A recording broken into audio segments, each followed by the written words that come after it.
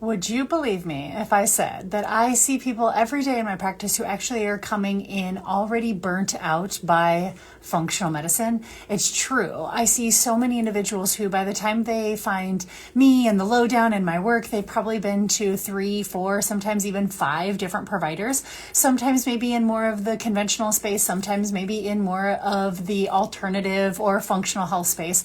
And that is because we have this really big gap, this very apparent gap in the world of understanding the differences between really taking someone from a position where they feel like they're dying to surviving, and then being able to take someone from surviving to truly thriving. And that is really what the lowdown is here to do. And a lot of these individuals that are struggling with chronic illness in this daily landscape of our healthcare system today are the ones that are falling through the cracks. They're the ones that are sometimes seeking out, like I said, the most healthcare help because they don't feel well in a day. They're waking up and they're fatigued. They're exhausted. They're trying to do everything seemingly right and not getting any return on investment for what they're doing. And that's truly because, like I said, sometimes they are just not getting that full picture approach to their health. And this level of burnout, right? This level of burnout in the healthcare sphere does not just impact patients. I'm also seeing it impacting practitioners. And so with our series that we've been talking about the last few weeks, we've been really talking about the rebrand and the shift that I've seen in this world of what I call chronic illness. It used to be a lot more about metabolic syndrome, elevated blood sugars, elevated triglycerides, high cholesterol, high blood pressure. And it's like we got a very good understanding of how to kind of treat more of a metabolic syndrome picture. And I'm not saying that that doesn't exist, but this shift, this very apparent shift in the world of chronic illness is no longer just metabolic syndrome. And we can't just keep continuing to put everybody in that, like, eat less, move more. Maybe you need to eat cleaner. Maybe you need to start keto. Have you tried walking? And like this box of almost a gaslighting and dismissive type of healthcare.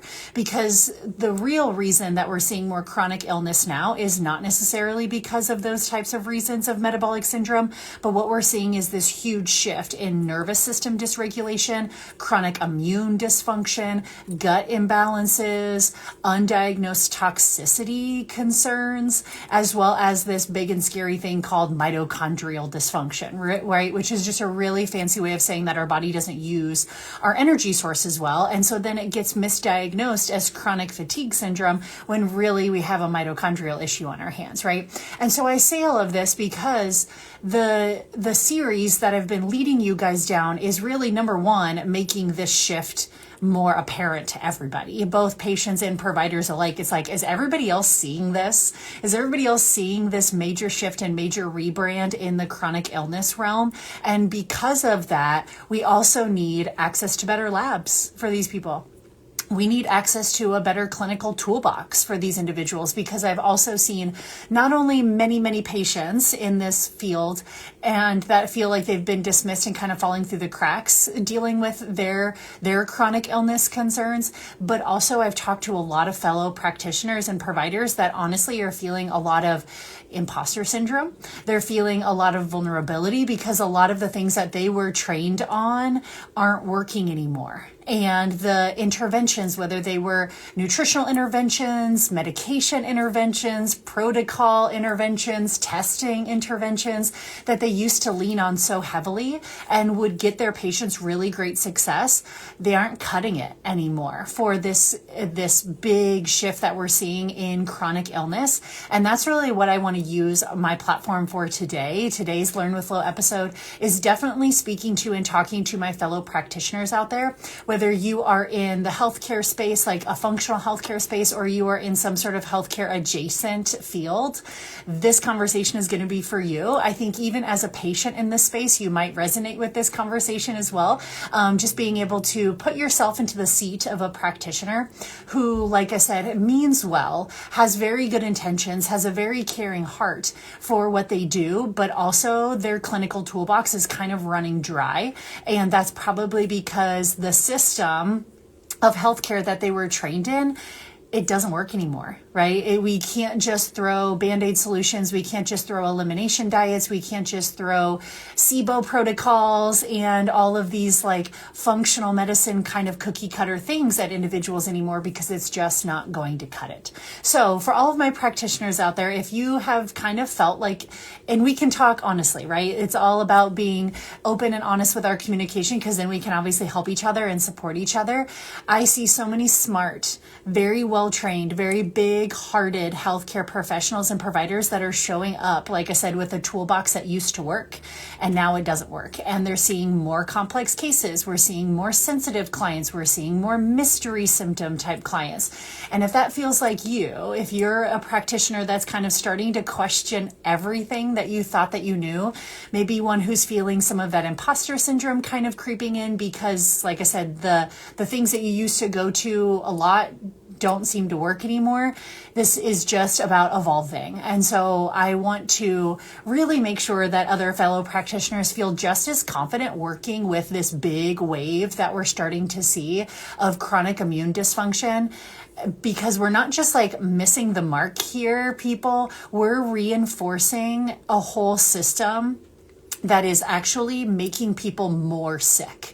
And that's, I think, what really drives me to talk about this topic today with my fellow practitioners, is it's not just like, oh, we have these individuals bouncing around from 3 to 4 providers and they're not feeling any better. It's by that time people get to me and they have felt worse. They felt worse by working with certain providers. And that's truly because we're trying to use an old, outdated toolbox on a very new wave and a new picture of immune dysfunction. And those, like I said, cookie cutter protocols can kind of throw someone into a worse flare if you don't know what you're working with and don't really know how to handle this.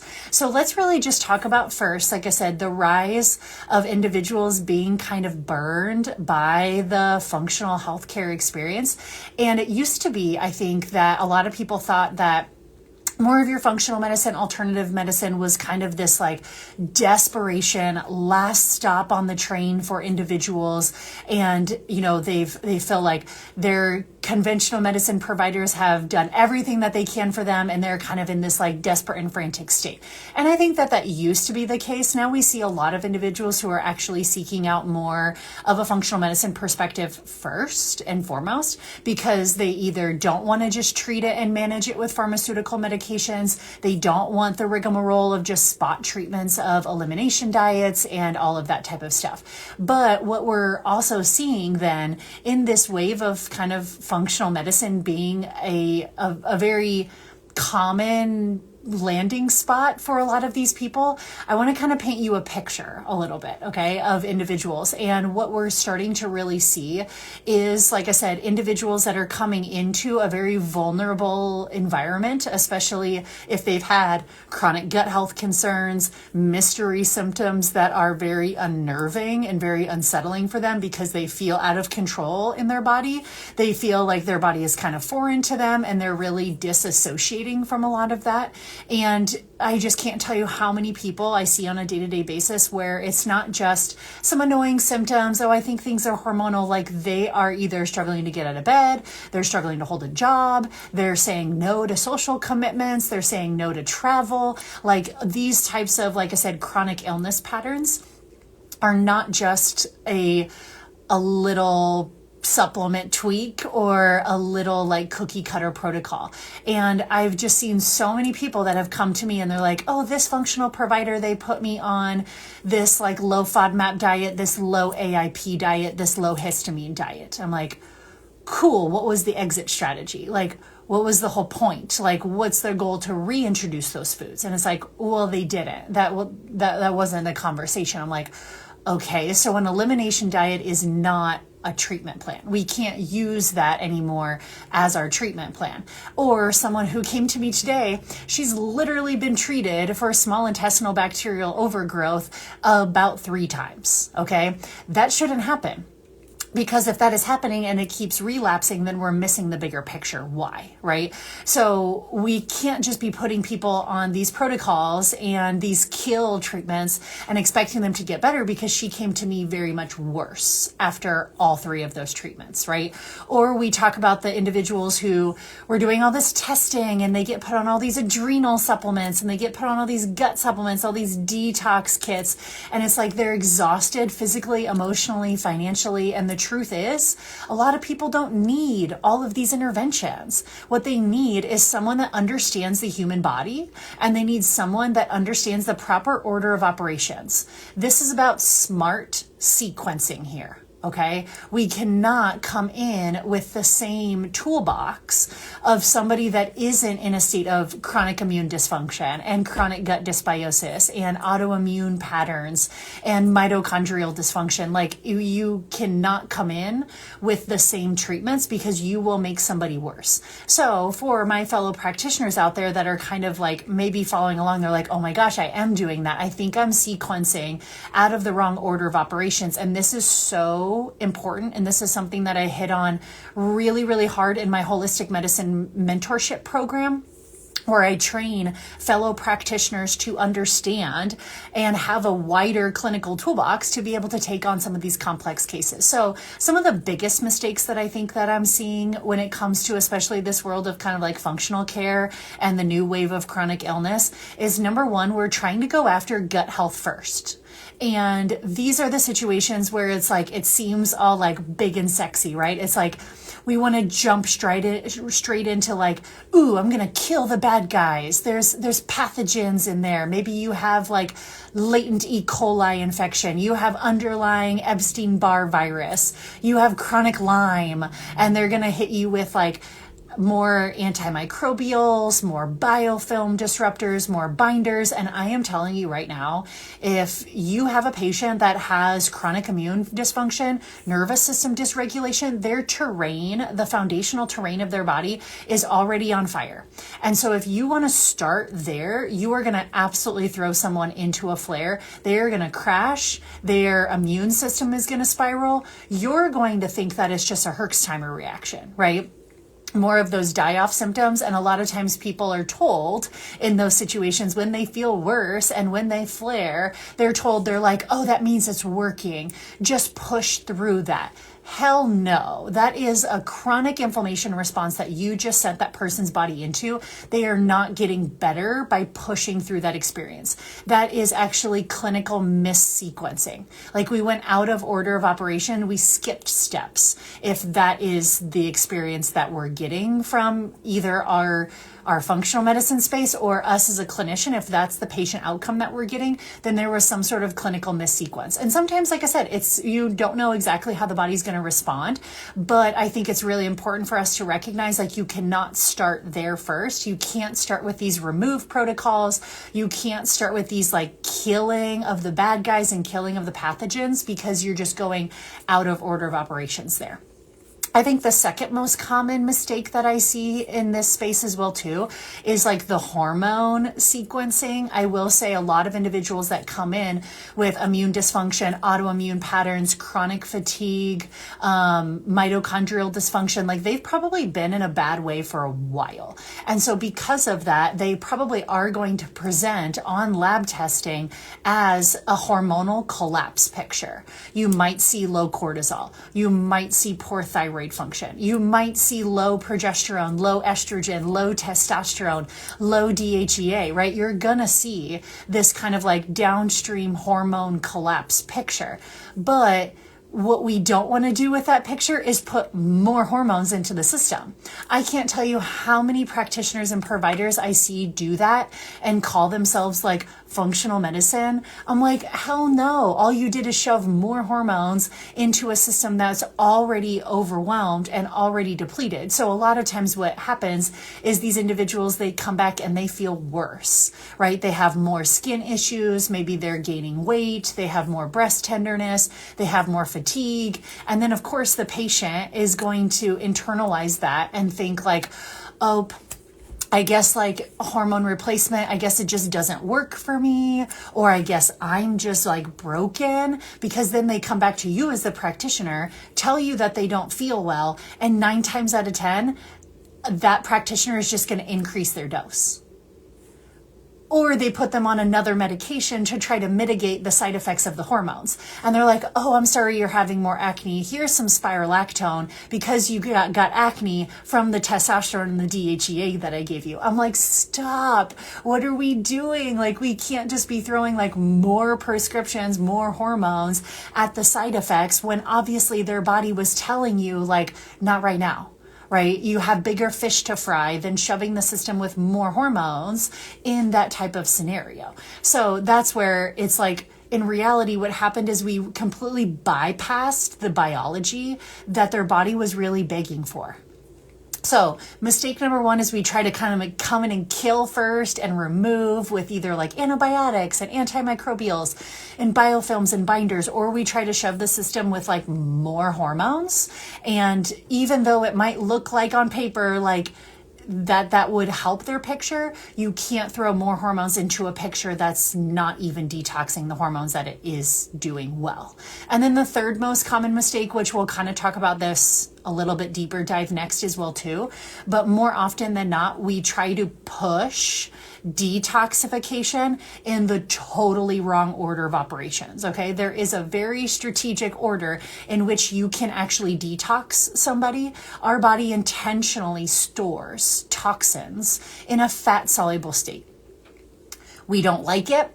We hate it that the body does that, but the body is doing that in a very smart and a very strategic way. So if we come in and we try to push all of those toxins out of the fat cells with products and detoxification protocols too quick or out of order of operations, you're going to throw someone into another Herxheimer response, into another flare. They're going to get issues. They're going to think their body is broken, when in reality, it's not. Like, you just went out of clinical order of operations and you tried to start at the top of the detoxification chain instead of starting at the bottom and making sure that you're opening up any of the potential bottlenecks first. You cannot start with pushing things out through the bile and pushing things out through our fat soluble metabolism. You can't do that first, because you're going to cause a detox reaction. You're going to cause a bottleneck of all of those toxins being shuttled into phase 2 detox. And now all of a sudden they're going to feel awful. I always think it's kind of funny because it was like, there was a really big trend going around for a while with some particular genetic testing. And with this particular genetic panel that got really popular and trendy on different podcast profiles, this genetic test would then send people these supplements. And these supplements had high amounts of like phase 1 detox metabolites in them. Like, they had a crap ton of methylated B vitamins in them. And I can't tell you how many people that I've seen, they went through that genetic test process, they took the cookie cutter supplements and they felt worse. And they're like, oh my gosh, Lauren, I almost felt like hungover. I felt awful. My body was inflamed. My gut was a mess. And I'm like, let me guess, like, you did this genetic testing piece and they gave you all of these methylated B vitamins. And like, yeah. I'm like, stop those supplements. Like, stop taking those. Like, it just tells us that your body is carrying probably a pretty heavy toxicity burden, but we went out of order of operations. And so this is just what I mean by whether it's, a social media like buy-in or like a functional provider that you're working in. If your patient is not pooping, sweating, moving lymphatic system, then pushing detoxification is going to absolutely blow up in their face. And this is why people flare up a lot when starting functional protocols, and it is entirely preventable. It should not be happening, and it's not something to just like push through. Okay. So again, all of these frameworks, all of these like mistakes that I kind of mentioned, I mean, I say them as mistakes, but they all have a space and a place in somebody's treatment program. So it's not that I'm like anti any of those strategies. It just has to be in the right order of operations, or you are going to lose trust with that patient. you are going to cause that patient to feel worse, more inflamed. They're going to have some really giant setbacks instead of feeling like, wow, I finally found a provider that is listening, that understands my body, and that is really helping me tolerate the treatment at the level that my body is ready to tolerate the treatment. So when I think about, like I said, working with more of these chronic illness patients and these individuals that are going to be coming to you with more immune dysfunction, and so therefore they're going to probably have more mast cell related conditions. They're probably also going to have a lot more issues with energy metabolism, mitochondrial metabolism. They might have a lot more food sensitivities and just supplement sensitivities in general. We have to be thinking about the big picture strategy here. There is a very important sequencing that we really have to wrap our minds around, because otherwise you will, like I said, make someone worse. And not only, like I said, is that difficult for a patient that's already coming in a very vulnerable place, it's also hard to like build a consistent relationship of trust with that individual if you're making them feel worse under your care. Okay. And I know that a lot of us as practitioners out there, we don't want that. That's not what our goal is, obviously. And so we feel bad when that happens, but a lot of it is just a big learning curve. And I want to see more practitioners out there that feel really, really confident taking on some of these more complex cases, not feeling overwhelmed by it, not feeling like imposter syndrome as well too. So this is all stuff, like I said, that I really teach in my holistic medicine mentorship program. It is a 12-month mentorship program with me where I work with healthcare adjacent providers and teach them how to do these functional testing, how to think in a more holistic medicine approach. But let me just think, or at least outline for you a little bit of a taste of the lowdown strategic approach here when it comes to thinking about the right order of operations in which to help more of these like complex and maybe intimidating cases that we're going to see more and more of in these waves of kind of chronic illness. So rest assured that your patients, they do not need more protocols. They don't need something that's cookie cutter and something that you just whip out of your back pocket and give to everybody. They need practitioners that understand how to match their intervention intensity to their body's ability and capacity to receive it, which means that every single person that walks through your door is going to look slightly different. Is there going to be a higher level framework that we can operate under? Yeah, there's a higher level framework, but everybody is going to be slightly different. And we have to understand first and foremost this concept that I call your detoxification threshold. The detoxification threshold, I wish it was something that I could actually quantitatively measure, but it is going to be something that you and your patient are going to work on understanding and matching together. So the detoxification threshold, it is a biochemical bandwidth. Okay, there is a lot of science here. It's not just like, oh, let's just try and see. The detox threshold is, what is that person's biochemical bandwidth? What is the maximum rate at which the body can safely process and excrete toxins or metabolic waste? That's really the fancy way of describing the detox threshold. So if you try to mobilize beyond this threshold with like detoxes, antimicrobials, fasting, more hormone pushes, the body cannot keep up with your pace of clearance. And so the result of that, more Herxheimer reactions, more neuroinflammation, you're going to regress that patient pretty quickly. And these are not signs that it is working. Okay, these are not things to like, oh, it's working, push through. These are signs of nothing but overwhelm and inflammation on the body. So this is how I actually want you to think about the higher level framework of immune dysfunction, especially for your patients with mast cell activation syndrome, autoimmunity, histamine intolerance, IBS, chronic fatigue, and all of the other like hormonal collapse symptoms out there as well too.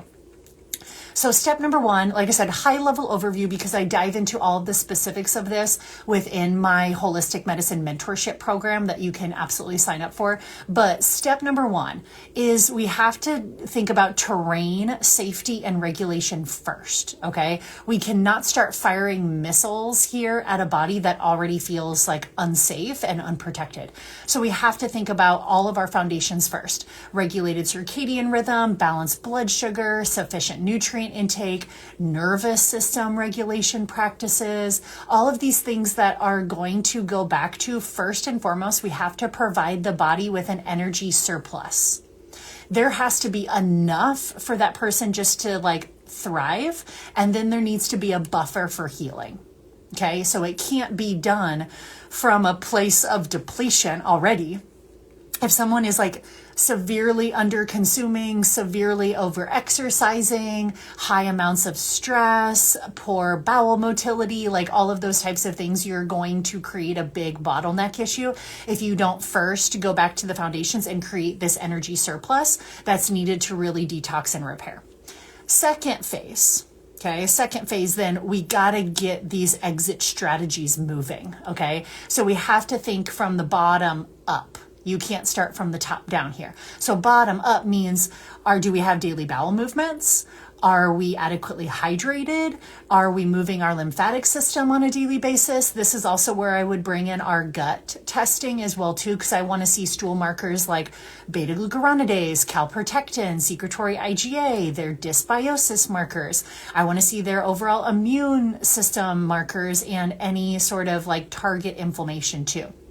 So the second step is all about clearing any backlogs, clearing any bottlenecks, calming down some of that internal inflammation.